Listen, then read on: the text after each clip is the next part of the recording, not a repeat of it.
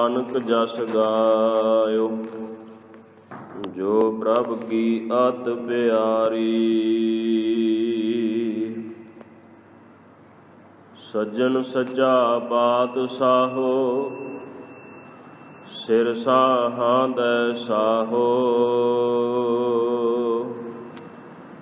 जिस पास बैठिया सोहीऐ सबना दा वेसाहो। जिस पास बैठिया सोहीऐ सबना दा वेसाहो। चवर छतर तख्त दे मालिक सतगुरु किरपा निधान सच्चे पातशाह गरीब नवाज श्री गुरु ग्रंथ साहिब जी की पावन पवित्र हजूरी के अंदर सुभाएमान सतगुरु जी की साजी नवाजी हुई गुरु रूप खालसा साध संगत जी आप जी सरबत संगत ने सतगुरां जी की पावन पवित्र हजूरी अंदर सज करके जिथे नौवें पातशाह गुरदेव धन सतगुरु श्री गुरु तेग बहादुर साहब जी की पावन पवित्र बाणी भोग दे सलोक सरवण कीते ने, उथे ही गुरदेव पिता सतगुरु श्री गुरु अर्जन देव साहब जी महाराज शहीदां दे सरताज सतगुरु श्री गुरु अर्जन देव साहब जी के पावन पवित्र मुबारक कंठ तो उचारण की हुई बाणी 12 माहां दा पाठ सरवण कीता। सतगुरु सच्चे पातशाह जी के चरणों के विच हाजरी लवाओ, मुख करो पवित्र, आखो जी वाहिगुरू जी का खालसा वाहिगुरू जी की फतेह। हिंदुस्तान के अंदर एक नहीं साध संगत जी बहुत ज़्यादा 12 माह जिहड़े ने ये वख-वख कवियां ने उचारण किए हुए ने। तकरीबन साध संगत जी कोई सैकड़ियां की गिनती दे विच कोई 300 350 के करीब कवियां ने 12 माह उचारण किए हुए ने, भाव अपनी कलम के द्वारा लिखे हैं। पर उन्हां 12 माहां नूं कोई चेते नहीं रखता, कोई याद नहीं रखता। श्री गुरु अर्जन देव साहब जी के उचारण किए हुए पावन 12 माह माझ राग अंदर सुशोभित ने अते श्री गुरु नानक देव साहब जी के पावन 12 माह तुखारी राग अंदर सुशोभित हैं गुरु ग्रंथ साहब के अंदर। अते तीजे जो कलगीधर सतगुरु साहब जी के 12 माह श्री दसम ग्रंथ साहब के विच सुशोभित हैं। तो सतगुरां जी वालों उचारण की हुई इस बाणी नूं साध संगत असीं हर महीने पढ़ते हाँ, सुनते हाँ, विचारते हाँ। तो सदियां तो वो रस निरंतर साध संगत जी बनया होया है। इसका भाव यह है कि बाणी के अंदर वो रूहानीयत साध संगत जी काम करती है। तुसीं बाकी दे 12 माह पढ़ो, एक बारी पढ़ के 2 बारी पढ़ के बाद में तुसीं वो किताब नूं खोलना तक नहीं है, क्योंकि वो विचों साध संगत जी वो बख्शिश प्राप्त नहीं हो सकती जिहड़ी सतगुरु सच्चे पातशाह जी के पावन पवित्र मुखार बिंद तो उचारण की हुई बाणी दे विचों है। अते सदियां भरपूर तक साध संगत जी इस बाणी नूं असीं पढ़ करके अपने जीवन का आधार बनाउंदे हां ते असीं मुक्ति प्राप्त करते हैं। सो अज जो संगरांद का दिहाड़ा है, सावन का महीना साध संगत जी अज आया। गुरबाणी के विच सतगुरु सच्चे पातशाह जी ने बहुत सुंदर जिक्र किया है। सावन आया हे सखी जल नित बरसनहार। सौण का महीना साध संगत जी वर्खा रुत है, मीह की रुत है, वर्खा की रुत, इसनूं पावस रुत कहा जाता है। तो इन्हां महीनों के विच 2 महीनों के विच दिनां दे विच मीह पैंदा है, वर्खा हुंदी है। जितने भी साध संगत पशु पंछी हैं इन्हां दे दिलों अंदर खुशी उठती है, क्योंकि हर पासे धरती ते हरियावलता ही हुंदी है। जिथे जेठ की गर्मी ने, हाड़ की तपश ने, ਜੀਵਾਂ ਨੂੰ ਬਹੁਤ ਜ਼ਿਆਦਾ ਤਪਾਇਆ ਸੀ, ਤਪਸ਼ ਪੈਦਾ ਕੀਤੀ ਸੀ, ਉੱਥੇ ਹੁਣ ਸਾਉਣ ਦੇ ਮਹੀਨੇ ਦੇ ਵਿੱਚ ਜਿਹੜੀ ਤਪਸ਼ ਘਟ ਜਾਣੀ ਹੈ। ਔਰ ਦੂਜੀ ਗੱਲ ਇਹ ਹੈ ਕਿ ਸਾਰੇ ਪਾਸੇ ਹਰਿਆਵਲਤਾ ਹੀ ਹੋ ਜਾਣੀ ਅਤੇ ਫਲਾਂ ਦੇ ਵਿੱਚ ਰਸ ਭਰ ਜਾਣਾ ਹੈ। ਇਹ ਰੁੱਤ ਐਸੀ ਹੈ, ਜਿੰਨੇ ਵੀ ਗਰਮੀ ਦੀ ਰੁੱਤ ਦੇ ਫਲ ਲੱਗੇ ਨੇ ਉਹਨਾਂ ਦੇ ਵਿੱਚ ਮੀਂਹ ਪੈਣ ਕਰਕੇ ਰਸ ਭਰ ਜਾਣਾ ਹੈ। ਗੁਰੂ ਸਾਹਿਬ ਜੀ ਦੀ ਪਾਵਨ ਪਵਿੱਤਰ ਬਾਣੀ ਦੇ ਵਿੱਚ ਮਹਾਰਾਜ ਨੇ ਜ਼ਿਕਰ ਕੀਤਾ ਹੈ ਕਿ ਜਦੋਂ ਬੱਦਲ ਚੜ੍ਹਦੇ ਹਨ, ਮੋਰ ਪਪੀਹੇ ਬੋਲਦੇ ਦੇਖ ਬੱਦਲ ਕਾਲੇ। ਮੋਰਾਂ ਅਤੇ ਪਪੀਹਾਂ ਨੇ ਬੋਲਣਾ ਸ਼ੁਰੂ ਕਰਨਾ ਹੈ ਕਾਲੇ ਬੱਦਲਾਂ ਨੂੰ ਦੇਖ ਕਰਕੇ। ਮੋਰੀ ਰੁਣ ਝੁਣ ਲਾਇਆ ਭੈਣੇ ਸਾਵਣ ਆਇਆ। ਮਹਾਰਾਜ ਕਹਿੰਦੇ ਨੇ ਮੋਰਾਂ ਨੇ ਆਪਣੇ ਗੀਤ ਗਾਉਣੇ ਸ਼ੁਰੂ ਕਰ ਦਿੱਤੇ, ਕਿਉਂਕਿ ਸਾਵਣ ਦੀ ਠੰਡੀ ਰੁੱਤ ਜਿਹੜੀ ਹੈ, ਵਰਖਾ ਰੁੱਤ ਸ਼ੁਰੂ ਹੋ ਗਈ ਹੈ। ਤਾਂ ਸੱਚੇ ਪਾਤਸ਼ਾਹ ਦੀ ਇਹ ਵੀ ਬਖਸ਼ਿਸ਼ ਹੈ ਸਾਧ ਸੰਗਤ ਜੀ। ਇੱਥੇ ਮੈਂ ਵਿਸ਼ੇ ਤੋਂ ਥੋੜ੍ਹਾ ਹਟ ਕਰਕੇ ਪਾਸੇ 2 ਮਿੰਟ ਬੇਨਤੀ ਕਰਾਂ। ਤੀਸਰੇ ਪਾਤਸ਼ਾਹ ਗੁਰਦੇਵ ਸ੍ਰੀ ਗੁਰੂ ਅਮਰਦਾਸ ਸਾਹਿਬ ਜੀ ਨੇ ਆਪਣੀ ਪਾਵਨ ਰਸਨਾ ਤੋਂ ਸ਼ਬਦ ਕਹੇ ਹਨ। ਮਹਾਰਾਜ ਕਹਿੰਦੇ ਨੇ ਕਿਆ ਉੱਠ ਉੱਠ ਦੇਖੋ ਬਾਬੜੇ।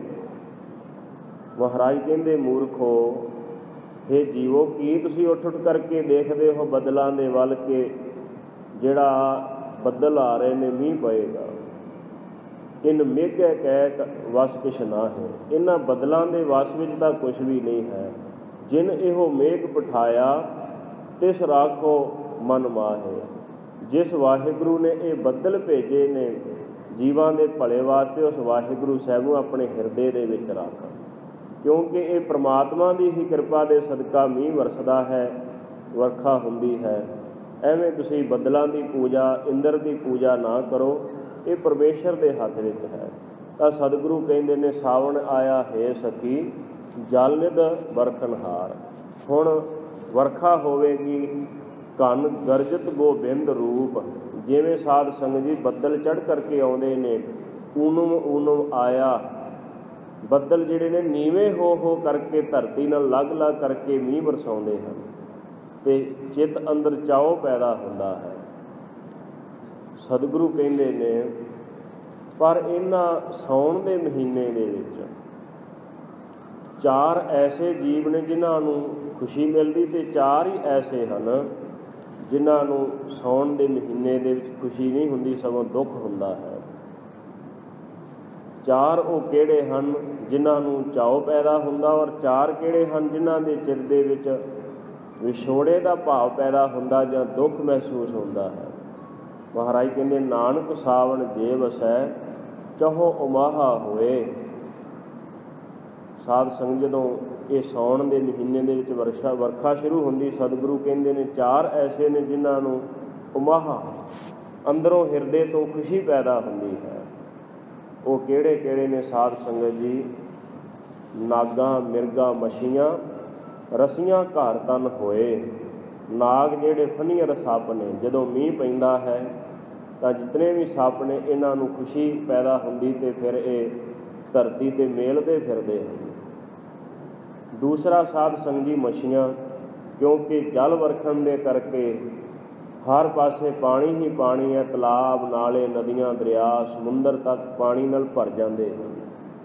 ਇਹਨਾਂ ਨੂੰ ਵੀ ਚਾਉ ਪੈਦਾ ਹੋਇਆ ਕਿ ਵਰਖਾ ਸ਼ੁਰੂ ਹੋਣ ਦੇ ਕਰਕੇ ਮਨ ਦੇ ਅੰਦਰ ਚਾਉ।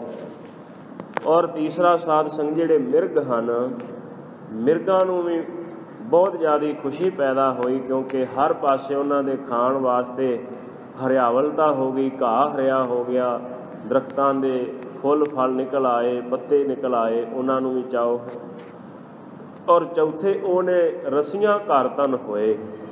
ਰਸੀਏ ਭਾਵ ਜਿਨ੍ਹਾਂ ਦੇ ਘਰ ਵਿੱਚ ਕੋਈ 4 ਦਾਣੇ ਹਨ, ਪੈਸੇ ਹੈ, ਜਿਨ੍ਹਾਂ ਨੇ 4 ਪੈਸੇ ਜੋੜੇ ਨੇ, ਉਹਨਾਂ ਨੂੰ ਚਾਉ ਪੈਦਾ ਹੁੰਦਾ ਕਿ ਹੁਣ ਠੰਡੀ ਰੁੱਤ ਸ਼ੁਰੂ ਹੋ ਗਈ ਹੈ ਅਤੇ ਘਰ ਦੇ ਵਿੱਚ ਬੈਠ ਕਰਕੇ ਅਸੀਂ ਸੁੱਖ ਆਰਾਮ ਦੇ ਨਾਲ 4 ਮਹੀਨੇ 2 ਮਹੀਨੇ ਇਹ ਵਰਖਾ ਦੇ ਰੁੱਤ ਦੇ ਕੱਟਾਂਗੇ 4 ਦਿਨ। ਇਹਨਾਂ ਨੂੰ ਤਾਂ ਚਾਉ ਪੈਦਾ ਹੋ ਗਿਆ। ਪਰ ਸਤਿਗੁਰੂ ਕਹਿੰਦੇ ਨੇ ਨਾਨਕ ਸਾਵਣ ਜੇ ਵਸੈ ਚਹੋਂ ਵਿਛੋੜਾ ਹੋਏ। ਚਵਾਂ ਨੂੰ ਦੁੱਖ ਵੀ ਪੈਦਾ ਹੋਇਆ। ਕਿਹੜੇ ਨੇ? ਗਾਈ ਪੁੱਤਾਂ, ਗਾਈ ਪੁੱਤ, ਗਾਵਾਂ ਦੇ ਪੁੱਤਰ ਭਾਵ ਕੇ ਬਲਦ।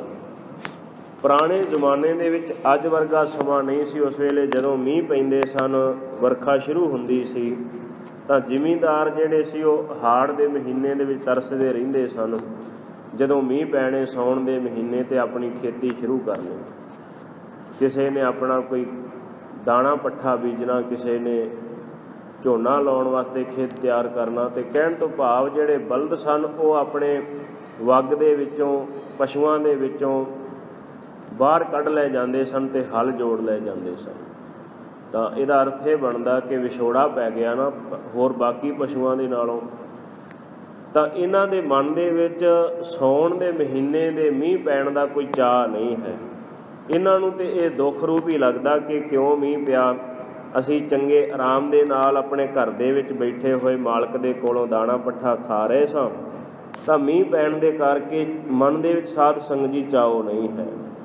ਔਰ ਦੂਸਰੇ ਕਿਹੜੇ ਨੇ? ਨਿਰਧਨ, ਗਾਈ ਪੁੱਤਾਂ ਨਿਰਧਨਾ, ਪੰਥੀ ਚਾਕਰ ਹੋਏ। ਇਹ 4 ਗਿਣਤੀ ਮਹਾਰਾਜ ਨੇ ਗਿਣੀ ਹੈ। ਨਿਰਧਨ ਜਿਨ੍ਹਾਂ ਦੇ ਕੋਲ ਪੈਸਾ ਕੋਈ ਨਹੀਂ ਹੈ। ਪਹਿਲੀ ਪੰਗਤੀ ਵਿੱਚ ਮਹਾਰਾਜ ਨੇ ਕਿਹਾ ਹੈ ਰਸੀਆਂ ਘਰ ਧਨ ਹੋਏ। ਜਿਨ੍ਹਾਂ ਦੇ ਕੋਲ ਧਨ ਹੈ ਉਹ ਕੰਮ ਛੱਡ ਦਿੰਦੇ ਨੇ ਅੱਜ ਕੱਲ੍ਹ, ਕਿ ਕੋਈ ਲੋੜ ਨਹੀਂ ਹੈ ਜਾਣ ਦੀ, ਘਰ ਵਿੱਚ ਬੈਠੋ। ਅਤੇ ਜਿਨ੍ਹਾਂ ਦੇ ਕੋਲ ਪੈਸੇ ਨਹੀਂ ਹਨ, ਨਿਰਧਨ, ਉਹਨਾਂ ਨੂੰ ਸਾਧ ਸੰਗਤ ਜੀ ਵਿਛੋੜਾ ਵੀ ਪੈ ਜਾਂਦਾ। ਔਰ ਦੂਜੀ ਗੱਲ ਹੈ ਕਿ ਦੁੱਖ ਵੀ ਹੈ, ਕਿਉਂਕਿ ਜਦੋਂ ਉਹ ਲੋਕ ਦਿਹਾੜੀ ਕਰਦੇ ਨੇ, ਮਜ਼ਦੂਰੀ ਕਰਦੇ ਨੇ, ਮੀਂਹ ਪੈਣ ਕਰਕੇ ਉਹਨਾਂ ਦਾ ਕੰਮ ਬੰਦ ਹੋ ਜਾਂਦਾ, ਅਤੇ ਜਾਂ ਉਹਨਾਂ ਨੂੰ ਕਿਤੇ ਦੂਰ ਜਾਣਾ ਪੈਂਦਾ ਹੈ, ਪਰਿਵਾਰ ਨਾਲੋਂ ਵਿਛੋੜਾ ਵੀ ਪੈ ਜਾਂਦਾ। ਅਤੇ ਜੇ ਵਿਛੋੜਾ ਨਾ ਪਵੇ ਤਾਂ ਫਿਰ ਕੰਮ ਬੰਦ ਹੋਣ ਕਰਕੇ ਉਹਨਾਂ ਦੀ ਮਿਹਨਤ ਮਜ਼ਦੂਰੀ ਜਿਹੜੀ ਰੁਕ ਜਾਂਦੀ, ਇਸ ਕਰਕੇ ਦੁਖੀ ਹਨ। ਤੀਸਰੇ ਮਹਾਰਾਜ ਨੇ ਕਿਹਾ ਹੈ ਪੰਥੀ। ਜਦੋਂ ਪੁਰਾਣੇ ਸਮਿਆਂ ਵਿੱਚ ਲੋਕ ਰਸਤਿਆਂ 'ਤੇ ਤੁਰਦੇ ਸਨ, ਮਹੀਨਿਆਂ ਬੱਧੀ ਪੈਂਡਾ ਤੈਅ ਕਰਨਾ, ਜੇ ਨੇੜੇ ਵੀ ਜਾਣਾ ਤਾਂ ਕੋਈ 2-4 ਦਿਨ ਤੁਰ ਕਰਕੇ ਹੀ ਜਾਂਦੇ ਸੀ। ਤਾਂ ਉਹਨਾਂ ਪੰਥੀ ਲੋਕਾਂ ਨੂੰ, ਰਸਤਿਆਂ 'ਤੇ ਚੱਲਣ ਵਾਲਿਆਂ ਨੂੰ ਵੀ ਵਿਛੋੜਾ ਇਸ ਵਾਸਤੇ ਪੈ ਜਾਂਦਾ ਕਿ ਮੀਂਹ ਪੈਣ ਦੇ ਨਾਲ ਰਸਤਿਆਂ ਦੇ ਵਿੱਚ, ਪਿਆਂ ਦੇ ਵਿੱਚ, ਕੱਚੇ ਰਸਤਿਆਂ ਦੇ ਵਿੱਚ ਪਾਣੀ ਭਰ ਜਾਣਾ, ਔਰ ਉਹਨਾਂ ਨੂੰ ਇੱਕ ਜਗ੍ਹਾ 'ਤੇ ਰੁਕਣਾ ਪੈਂਦਾ ਸੀ। ਇਸ ਕਰਕੇ ਉਹ ਆਪਣੇ ਪਰਿਵਾਰ ਦੇ ਨਾਲ ਛੇਤੀ ਨਹੀਂ ਸੀ ਮਿਲ ਪਾਉਂਦੇ। ਅਤੇ ਉਹਨਾਂ ਨੇ ਆਖਣਾ ਇਹ ਚੰਗਾ ਸਾਵਣ ਦਾ ਮੀਂਹ ਪਿਆ ਹੈ, ਸਾਡਾ ਤੇ ਪਰਿਵਾਰ ਨਾਲੋਂ ਵਿਛੋੜਾ ਪੈ ਗਿਆ ਹੈ। ਔਰ ਚੌਥੇ ਸਤਿਗੁਰੂ ਨੇ ਬਾਣੀ ਦੇ ਵਿੱਚ ਜ਼ਿਕਰ ਕੀਤਾ ਹੈ ਚਾਕਰ। ਚਾਕਰ ਕਹਿੰਦੇ ਨੇ ਨੌਕਰ ਨੂੰ। ਹੁਣ ਜਦੋਂ ਮੀਂਹ ਪੈਂਦਾ ਹੈ ਅਤੇ ਕਿਸੇ ਦਾ ਰੱਖਿਆ ਹੋਇਆ ਨੌਕਰ, ਉਹਨੂੰ ਮੀਂਹ ਦੇ ਨਾਲ ਕੋਈ ਖੁਸ਼ੀ ਨਹੀਂ ਮਿਲਦੀ, ਕਿਉਂਕਿ ਉਹ ਕਹਿੰਦਾ ਹੈ ਕਿ ਮੈਨੂੰ ਤਾਂ ਪੱਠੇ ਦੱਥਾ ਉਹੀ ਵੱਢਣਾ ਪੈਣਾ, ਪਸ਼ੂਆਂ ਵਾਸਤੇ ਪ੍ਰਬੰਧ ਕੋਈ ਨਾ ਕੋਈ ਕਰਨਾ ਹੀ ਪੈਣਾ ਹੈ। ਤਾਂ ਉਹਦੇ ਮਨ ਦੇ ਵਿੱਚ ਕੋਈ ਚਾਅ ਨਹੀਂ ਹੈ। ਸੋ ਸਤਿਗੁਰੂ ਕਹਿੰਦੇ ਨੇ ਇਹ ਜਦੋਂ ਸਾਉਣ ਦੇ ਮਹੀਨੇ ਦੇ ਵਿੱਚ ਬੱਦਲ ਆਉਂਦੇ ਨੇ, ਧਰਤੀ 'ਤੇ ਹਰਿਆਵਲਤਾ ਆ ਜਾਂਦੀ ਹੈ, ਸਾਰੀ ਬਨਸਪਤੀ ਵਿੱਚ ਰਸ ਭਰ ਜਾਂਦਾ ਹੈ। ਕਿਸੇ ਨੂੰ ਇਹਦਾ ਤੇ ਮਨ ਦੇ ਵਿੱਚ ਚਾਅ ਹੈ ਅਤੇ ਕਿਸੇ ਨੂੰ ਇਹਦਾ ਸਾਧ ਸੰਗਤ ਜੀ ਦੁੱਖ ਹੈ। ਸੋ ਜਿਹੜੇ ਮਹਾਤਮਾ ਪੁਰਸ਼ ਨੇ, ਇੱਥੇ ਮੈਂ ਸਾਧ ਸੰਗਤ ਅੰਤਰੀਵ ਭਾਵ ਵੀ ਇਸ ਪੰਕਤੀ ਦਾ ਆਪ ਜੀ ਨੂੰ ਦੱਸ ਦੇਵਾਂ। ਘਨ ਗਰਜਤ ਗੋਬਿੰਦ ਰੂਪ, ਜਿਹੜੇ ਤਾਂ ਪਰਮੇਸ਼ਰ ਦੇ ਪਿਆਰੇ ਨੇ, ਉਹਨਾਂ ਦੇ ਹਿਰਦਿਆਂ ਦੇ ਵਿੱਚ ਤਾਂ ਸਾਧ ਸੰਗਤ ਜੀ ਖੁਸ਼ੀਆਂ ਪੈਦਾ ਹੁੰਦੀਆਂ ਕਿ ਪਰਮਾਤਮਾ ਸਾਡੇ 'ਤੇ ਕਿਰਪਾ ਕਰਕੇ ਬੱਦਲ ਰੂਪ ਹੋ ਕਰਕੇ ਸਾਨੂੰ ਆਪਣਾ ਉਪਦੇਸ਼ ਦੇ ਰਹੇ ਨੇ ਸਤਿਗੁਰੂ। ਤਾਂ ਜਿਹੜੇ ਨਾਸਤਿਕ ਬਿਰਤੀ ਵਾਲੇ ਲੋਕ ਨੇ, ਉਹ ਤਾਂ ਸਾਧ ਸੰਗਤ ਜੀ ਬਲਦਾਂ ਦੀ ਤਰ੍ਹਾਂ ਅਵੇਸਲੇ ਹਨ। ਉਹਨਾਂ ਨੂੰ ਚਾਅ ਪੈਦਾ ਨਹੀਂ ਹੁੰਦਾ ਕਿ ਅਸੀਂ ਗੁਰੂ ਸਾਹਿਬ ਦੇ ਕੋਲ ਜਾਈਏ। ਸਾਧ ਸੰਗਤ ਜੀ ਉਹ ਢਲਿਆਈ ਵਰਤਦੇ ਨੇ, ਔਰ ਚਿੱਤ ਵਿੱਚ ਕੋਈ ਚਾਅ ਵੀ ਪੈਦਾ ਨਹੀਂ ਹੁੰਦਾ ਕਿ ਸਾਨੂੰ ਸਤਿਗੁਰੂ ਦਾ ਉਪਦੇਸ਼ ਸਾਡੇ ਕੰਨੀ ਸੁਣੇ ਜਾਂ ਸਾਡੇ ਜੀਵਨ ਦਾ ਉਧਾਰ ਹੋ ਜਾਏ। ਸੋ ਸਮਾਂ ਸੀਮਤ ਹੈ, ਨਹੀਂ ਤਾਂ ਸਾਧ ਸੰਗਤ ਜੀ ਇਹਨਾਂ 8 ਦੇ ਸਾਧ ਸੰਗਤ ਜੀ ਅੰਤਰੀਵ ਭਾਵ ਦਾਸ ਆਪ ਜੀ ਨੂੰ ਸਮਝਾਉਂਦਾ। ਔਰ ਇੱਥੇ ਸਤਿਗੁਰੂ ਸੱਚੇ ਪਾਤਸ਼ਾਹ ਜੀ ਨੇ ਜੋ ਅੱਜ ਦਾ ਪਾਵਨ ਪਵਿੱਤਰ ਉਪਦੇਸ਼ ਦਿੱਤਾ ਹੈ, ਮਹਾਰਾਜ ਸਾਹਿਬ ਜੀ ਕਹਿ ਰਹੇ ਹਨ ਸਾਵਨ ਸਰਸੀ ਕਾਮਣੀ। ਕਾਮਣੀ ਦਾ ਸਾਧ ਸੰਗਤ ਜੀ ਅਰਥ ਗੁਰਬਾਣੀ ਦੇ ਵਿੱਚ ਸਪਸ਼ਟ ਹੈ। 2 ਵਾਰੀ ਇਹ ਸ਼ਬਦ ਗੁਰੂ ਕੀ ਬਾਣੀ ਦੇ ਵਿੱਚ ਆਉਂਦਾ, ਕਾਮਣ ਅਤੇ ਕਾਮਣੀ। ਕਾਮਣ ਦਾ ਅਰਥ ਹੈ ਟੂਣਾ ਟਾਮਣ ਅਤੇ ਕਾਮਣੀ ਦਾ ਅਰਥ ਹੈ ਇਸਤਰੀ। ਸਾਰਾ ਹੀ ਸਮੁੱਚਾ ਸੰਸਾਰ ਇਹ ਜੀਵ ਰੂਪ ਇਸਤਰੀ ਹੈ। ਜਿੰਨੇ ਵੀ ਅਸੀਂ ਗੁਰਸਿੱਖ ਬੈਠੇ ਹਾਂ, ਸਾਨੂੰ ਸਤਿਗੁਰੂ ਨੇ ਬਾਣੀ ਦੇ ਵਿੱਚ ਇਸਤਰੀ ਰੂਪ ਵਰਣਨ ਕਰਕੇ ਸਾਧ ਸੰਗਤ ਜੀ ਵਰਣਿਆ ਹੈ। ਕਿਉਂਕਿ ਪ੍ਰਭੂ ਜੋ ਹੈ ਵਾਹਿਗੁਰੂ ਹੈ ਉਹ ਕੰਤ ਹੈ, ਅਸੀਂ ਸਾਰੀਆਂ ਉਸ ਦੀਆਂ ਇਸਤਰੀਆਂ ਹਨ। ਔਰ ਉਹ ਵੱਡਿਆਂ ਭਾਗਾਂ ਵਾਲੀਆਂ ਜੀਵ ਇਸਤਰੀਆਂ ਹੁੰਦੀਆਂ ਜਿਨ੍ਹਾਂ ਦੇ ਬਖਸ਼ਿਸ਼ ਹੁੰਦੀ ਹੈ ਕਿ ਉਸ ਪਤੀ ਪਰਮੇਸ਼ਰ ਦੀ ਸੇਜਾ ਦਾ, ਉਹਦੇ ਦਰ ਘਰ ਦਾ, ਉਹਦੇ ਦਰਸ਼ਨਾਂ ਦਾ ਆਨੰਦ ਪ੍ਰਾਪਤ ਹੁੰਦਾ ਹੈ। ਤਾਂ ਸਤਿਗੁਰੂ ਮਹਾਰਾਜ ਕਹਿੰਦੇ ਨੇ ਸਾਵਣ ਸਰਸੀ ਕਾਮਣੀ ਚਰਨ ਕਮਲ ਸਿਉ ਪਿਆਰ। ਹੁਣ ਸਾਉਣ ਦੇ ਮਹੀਨੇ ਦੇ ਵਿੱਚ ਮਹਾਰਾਜ ਕਹਿੰਦੇ ਜਿਹੜੀ ਇਸਤਰੀ ਹੈ ਇਹ ਜੀਵ ਰੂਪ ਇਸਤਰੀ ਸਰਸੀ ਭਾਵ ਕੇ ਸਹਿਤ ਰਸ ਹੋ ਗਈ।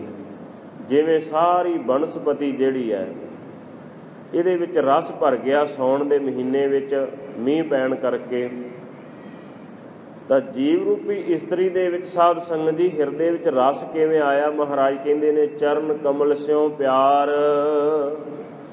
ਜਦੋਂ ਇਹਦਾ ਪਿਆਰ ਵਾਹਿਗੁਰੂ ਦੇ ਚਰਨਾਂ ਕਮਲਾਂ ਦੇ ਨਾਲ ਲੱਗ ਚੁੱਕਾ ਹੈ, ਜੀਵਨ ਦੇ ਵਿੱਚ ਆਨੰਦ ਸਤਿਗੁਰੂ ਦੇ ਚਰਨੀ ਜੁੜਨ ਕਰਕੇ ਪ੍ਰਾਪਤ ਹੁੰਦਾ ਹੈ। ਅਸੀਂ ਆਨੰਦ ਸਾਹਿਬ ਦੇ ਵਿੱਚ ਰੋਜ਼ ਇਹ ਸ਼ਬਦ ਪੜ੍ਹਦੇ ਹਾਂ, ਸੰਤ ਸਾਜਨ ਭਏ ਸਰਸੇ ਪੂਰੇ ਗੁਰ ਤੇ ਜਾਣੀ। ਸਰਸੇ ਦਾ ਅਰਥ ਭਾਵ ਕਿ ਸਹਿਤ ਰਸ ਹੋ ਗਏ। ਕਬੀਰ ਸਾਹਿਬ ਜੀ ਨੇ ਆਪਣੀ ਪਾਵਨ ਪਵਿੱਤਰ ਰਚਨਾ ਦੇ ਵਿੱਚ ਜ਼ਿਕਰ ਕੀਤਾ, ਕਹਿਣ ਲੱਗੇ ਰਾਰਾ ਰਸ ਨਿਰਸ ਕਰ ਜਾਣਿਆ, ਹੋਏ ਨਿਰਸ ਰਸ ਪਹਿਚਾਨਿਆ। ਇਹ ਰਸ ਛਾਡਾ ਉਹ ਰਸ ਆਵਾ, ਉਹ ਰਸ ਪੀਆ ਇਹ ਰਸ ਨਹੀਂ ਭਾਵਾ। ਭਾਵ ਕਿ ਸੰਸਾਰ ਦੇ ਰਸਾਂ ਨੂੰ ਕਸਾਂ ਨੂੰ ਛੱਡ ਕਰਕੇ, ਵਿਸ਼ਿਆਂ ਨੂੰ ਛੱਡ ਕਰਕੇ ਪਰਮਾਤਮਾ ਦੇ ਚਰਨੀ ਜੁੜਨ ਕਰਕੇ ਸਾਨੂੰ ਉਹ ਰਸ ਪ੍ਰਭੂ ਦੇ ਨਾਮ ਦਾ ਹਿਰਦੇ ਵਿੱਚ ਪ੍ਰਾਪਤ ਹੋ ਗਿਆ ਹੈ। ਅਸੀਂ ਹੁਣ ਸਹਿਤ ਰਸ ਹੋ ਗਏ ਹਾਂ, ਸਰਸੇ ਹੋ ਗਏ ਹਾਂ। ਅਤੇ ਆਹ ਸੰਸਾਰ ਦੇ ਰਸ ਕਸ ਤਾਂ ਸਾਨੂੰ ਹੁਣ ਭਾਉਂਦੇ ਨਹੀਂ, ਕਿਉਂਕਿ ਅਸੀਂ ਪਰਮਾਤਮਾ ਦੇ ਰਸ ਨੂੰ, ਅੰਮ੍ਰਿਤ ਨਾਮ ਨੂੰ ਪ੍ਰਾਪਤ ਕਰ ਲਿਆ, ਉਸ ਨੂੰ ਛਕ ਲਿਆ ਹੈ। ਸ੍ਰੀ ਗੁਰੂ ਨਾਨਕ ਦੇਵ ਸਾਹਿਬ ਮਹਾਰਾਜ ਆਪਣੀ ਪਾਵਨ ਪਵਿੱਤਰ ਰਸਨਾ ਤੋਂ ਇਹ ਸ਼ਬਦ ਉਚਾਰਨ ਕਰਦੇ ਮਹਾਰਾਜ ਕਹਿੰਦੇ, ਕਿਉਂਕਿ ਹਰ ਇੱਕ ਬੰਦੇ ਦਾ ਹੀ ਸਾਧ ਸੰਗਤ ਜੀ ਇਹ ਪ੍ਰਸ਼ਨ ਹੁੰਦਾ ਹੈ, ਨਾਮ ਤਾਂ ਅਸੀਂ ਜਪਦੇ ਹਾਂ, ਬਾਣੀ ਤੇ ਪੜ੍ਹਦੇ ਹਾਂ, ਸਾਨੂੰ ਰਸ ਕੋਈ ਨਹੀਂ ਆਉਂਦਾ। ਮਹਾਰਾਜ ਕਹਿੰਦੇ ਰਸ ਆਵੇ ਵੀ ਕਿਉਂ ਭਾਈ? ਕਿਉਂਕਿ ਹਿਰਦੇ ਦੇ ਵਿੱਚ ਤਾਂ ਰਸ ਪ੍ਰਾਪਤ ਕਰਨ ਜੋਗੀ ਕੋਈ ਜਗ੍ਹਾ ਹੀ ਨਹੀਂ ਹੈ। ਜਿਵੇਂ ਆਪਣਾ ਇੱਕ ਆਮ ਸਿਧਾਂਤ ਹੈ, ਜਿਸ ਕਿਸੇ ਵੀ ਭਾਂਡੇ ਦੇ ਵਿੱਚ ਕੋਈ ਵਸਤੂ ਪਾਉਣੀ ਹੋਵੇ, ਦੁੱਧ ਟਿਕਾਉਣਾ ਹੋਵੇ, ਉਸ ਭਾਂਡੇ ਵਿੱਚੋਂ ਪਹਿਲਾਂ ਜਿਹੜੀ ਪਾਈ ਹੋਈ ਵਸਤੂ ਉਹ ਕੱਢਣੀ ਪੈਂਦੀ ਹੈ। ਮਹਾਰਾਜ ਕਹਿੰਦੇ ਦੁਨੀਆ ਦੇ ਲੋਕਾਂ ਨੂੰ ਤੇ ਬਹੁਤ ਜ਼ਿਆਦਾ ਰਸ ਜਿਹੜੇ ਨੇ ਸਾਧ ਸੰਗਤ ਜੀ ਇਹ ਚੜ੍ਹੇ ਹੋਏ ਹਨ। ਕਿਸੇ ਨੂੰ ਘੋੜਿਆਂ 'ਤੇ ਚੜ੍ਹਨ ਦਾ ਰਸ ਹੈ, ਅੱਜ ਦੇ ਸਮੇਂ ਦੇ ਵਿੱਚ ਗੱਡੀਆਂ ਕਾਰਾਂ ਮੋਟਰਾਂ ਦਾ ਰਸ ਹੈ। ਕਿਸੇ ਨੂੰ ਪਰਾਈ ਨਿੰਦਿਆ ਕਰਨ ਦਾ ਹੀ ਰਸ ਹੈ, ਪਰਾਈ ਨਿੰਦਿਆ ਸੁਣਨ ਦਾ ਹੀ ਰਸ ਹੈ, ਕੰਨ ਰਸ ਨਹੀਂ ਛੱਡਦੇ। ਔਰ ਕਿਸੇ ਬੰਦੇ ਨੂੰ ਇਹ ਰਸ ਨਹੀਂ ਛੱਡਦਾ ਕਿ ਉਹ ਪਦਾਰਥਾਂ ਦੇ ਵਿੱਚ ਤਰ੍ਹਾਂ ਤਰ੍ਹਾਂ ਦੇ ਭੋਜਨ ਖਾਣ ਦੇ ਵਿੱਚ ਵਿਅਸਤ ਹੈ, ਉਹਨਾਂ ਦੇ ਰਸ ਨਹੀਂ ਛੱਡਦੇ। ਤਾਂ ਮਹਾਰਾਜ ਗੁਰੂ ਨਾਨਕ ਦੇਵ ਸਾਹਿਬ ਜੀ ਕਹਿੰਦੇ ਨੇ ਫਿਰ ਰਸ ਬੰਦੇ ਨੂੰ ਆਵੇ ਕਿਵੇਂ? ਕਿਉਂਕਿ ਜਦੋਂ ਇੰਨੇ ਜਿਹੜੇ ਰਸ ਨੇ ਇਹ ਸਰੀਰ ਨੂੰ ਚੜ੍ਹੇ ਹੋਏ ਨੇ, ਰਸ ਸੋਇਨਾ ਰਸ ਰੂਪਾ ਕਾਮਨ ਰਸ ਪਰਮਲ ਕੀ ਵਾਸ। ਸੋਇਨਾ ਕਹਿੰਦੇ ਨੇ ਸੋਨੇ ਨੂੰ, ਤੇ ਰਸ ਰੂਪਾ ਕਾਮਨ, ਰੂਪਾ ਕਹਿੰਦੇ ਨੇ ਚਾਂਦੀ ਨੂੰ। ਕੋਈ ਹੁਣ ਗਹਿਣੇ ਆਪਣੇ ਸਰੀਰ 'ਤੇ ਧਾਰਨ ਕਰੀ ਬੈਠਾ ਹੈ, ਕੋਈ ਚਾਂਦੀ ਦੇ, ਕੋਈ ਸੋਨੇ ਦੇ, ਕੋਈ ਨਵੇਂ ਵਸਤਰ। ਕਾਮਨ ਇਸਤਰੀ, ਕਈਆਂ ਨੂੰ ਇਸਤਰੀਆਂ ਦਾ ਸਾਧ ਸੰਗਤ ਜੀ ਰਸ ਚੜ੍ਹਿਆ ਹੋਇਆ ਹੈ, ਭਾਵ ਕਿ ਇਸਤਰੀਆਂ ਦੇ ਭੋਗਾਂ ਦੇ ਵਿੱਚ ਹੀ ਗੁਲਤਾਨ ਰਹਿਣਾ। ਔਰ ਸਤਿਗੁਰੂ ਕਹਿੰਦੇ ਨੇ ਕਿਸੇ ਨੂੰ ਪਰਮਲ, ਪਰਾਈ ਨਿੰਦਿਆ, ਪਰਾਈ ਮੈਲ ਧੋਣ ਦਾ ਬੜਾ ਰਸ ਹੈ, ਨਿੰਦਿਆ ਹੀ ਕਰੀ ਜਾਂਦੇ ਹਨ। ਔਰ ਇੱਥੋਂ ਤੱਕ ਨਹੀਂ, ਮਹਾਰਾਜ ਕਹਿੰਦੇ ਨੇ ਰਸ ਘੋੜੇ ਰਸ ਸੇਜਾ ਮੰਦਰ, ਰਸ ਮੀਠਾ ਰਸ ਮਾਸ। ਸੇਜਾਂ ਦੇ ਉੱਪਰ ਸੌਣ ਦਾ ਬਹੁਤ ਵੱਡਾ ਰਸ ਹੈ, ਘੋੜਿਆਂ 'ਤੇ ਚੜ੍ਹਨ ਦਾ ਰਸ ਹੈ ਜੀਵ ਨੂੰ, ਮਿੱਠੇ ਪਦਾਰਥ ਖਾਣ ਦਾ ਰਸ ਹੈ, ਕਈਆਂ ਨੂੰ ਮਾਸ ਖਾਣ ਦਾ ਰਸ ਚੜ੍ਹਿਆ ਹੋਇਆ ਹੈ। ਭਾਵ ਕਿ ਵਿਕਾਰਾਂ ਦੇ ਵਿੱਚ ਦੁਨੀਆ ਗੁਲਤਾਨ ਹੈ, ਸੰਸਾਰੀ ਰਸ ਬਹੁਤ ਹਨ, ਪਰਮਾਤਮਾ ਦੇ ਨਾਮ ਦਾ ਕੋਈ ਰਸ ਨਹੀਂ ਹੈ। ਤਾਂ ਸਤਿਗੁਰੂ ਕਹਿੰਦੇ ਜਦੋਂ ਇੰਨੇ ਰਸ ਜਦੋਂ ਸਰੀਰ ਦੇ ਵਿੱਚ, ਹਿਰਦੇ ਦੇ ਵਿੱਚ ਬੰਦੇ ਨੂੰ ਸੰਸਾਰੀ ਚੜ੍ਹੇ ਹੋਏ ਨੇ, ਇਹਤੇ ਰਸ ਸਰੀਰ ਕੇ ਕਹਿ ਘਟ ਨਾਮ ਨਿਵਾਸ। ਫਿਰ ਮੈਨੂੰ ਜਵਾਬ ਦਿਓ, ਗੁਰੂ ਨਾਨਕ ਦੇਵ ਸਾਹਿਬ ਜੀ ਕਹਿੰਦੇ ਨੇ ਫਿਰ ਨਾਮ ਦਾ ਰਸ ਤੁਹਾਡੇ ਕਿਹੜੀ ਜਗ੍ਹਾ ਦੇ ਵਿੱਚ, ਉਹ ਹਿਰਦੇ ਦਾ ਕਿਹੜਾ ਕੋਨਾ ਹੈ ਜਿੱਥੇ ਨਾਮ ਦਾ ਰਸ ਆ ਜਾਵੇ? ਇਹ ਤਾਂ ਕਬੀਰ ਸਾਹਿਬ ਜੀ ਕਹਿੰਦੇ ਨੇ ਰਾਰਾ ਰਸ ਨਿਰਸ ਹੋਏ ਜਾਂਦੇ ਆ। ਦੁਨੀਆ ਦੇ ਰਸਾਂ ਕਸਾਂ ਤੋਂ ਨਿਰਾਸ਼ ਹੋਣਾ ਪਏਗਾ, ਇਹਨਾਂ ਨੂੰ ਛੱਡਣਾ ਪਏਗਾ ਤੇ ਫੇਰ ਹੀ ਪ੍ਰਮਾਤਮਾ ਦੇ ਨਾਮ ਦਾ ਰਸ ਆਏਗਾ, ਫਿਰ ਉਹ ਗੱਲ ਬਣੇਗੀ। ਇੱਥੇ ਸਤਿਗੁਰੂ ਕਹਿੰਦੇ ਨੇ ਸਾਉਣ ਦੇ ਮਹੀਨੇ ਦੇ ਵਿੱਚ ਸਾਵਣ ਸਰਸੀ ਕਾਮਣੀ ਚਰਨ ਕਮਲ ਸਿਉ ਪਿਆਰ। ਸਾਉਣ ਦੇ ਮਹੀਨੇ ਦੇ ਵਿੱਚ ਜਦੋਂ ਘਟਾ ਚੜ੍ਹ ਆਈਆਂ ਤਾਂ ਗੁਰੂ ਨਾਨਕ ਦੇਵ ਸਾਹਿਬ ਸੱਚੇ ਪਾਤਸ਼ਾਹ ਜੀ ਕਹਿੰਦੇ ਨੇ ਜੀਵ ਇਸਤਰੀ ਨੇ ਸਾਰੇ ਹੀ ਸ਼ਿੰਗਾਰ ਪੂਰਨ ਕੀਤੇ ਹੋਏ ਨੇ, ਬਾਹੀਂ ਚੂੜਾ ਵੀ ਪਾਇਆ ਹੋਇਆ ਹੈ, ਅਨੇਕਾਂ ਪ੍ਰਕਾਰ ਦੇ ਸੁੰਦਰ ਉਹਦੇ ਜਿਹੜੇ ਇਹ ਧਾਰਨ ਕੀਤੇ ਹੋਏ ਗਹਿਣੇ ਹਨ, ਪਰ ਸਾਰੇ ਦੇ ਸਾਰੇ ਉਹ ਨਿਸ਼ਫਲ ਨੇ, ਕਿਉਂਕਿ ਜੇ ਪਤੀ ਕੋਲ ਨਹੀਂ ਹੈ ਤਾਂ ਪਤਨੀ ਦੇਖਦੀ ਹੈ।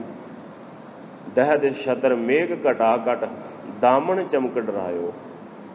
ਦਸੇ ਦਿਸ਼ਾਵਾਂ ਦੇ ਵਿੱਚ ਬੱਦਲ ਚੜ੍ਹ ਆਏ ਹੋਏ ਹਨ, ਛਾਂ ਬਣੀ ਹੋਈ ਹੈ ਤੇ ਬਿਜਲੀਆਂ ਚਮਕ ਰਹੀਆਂ ਨੇ।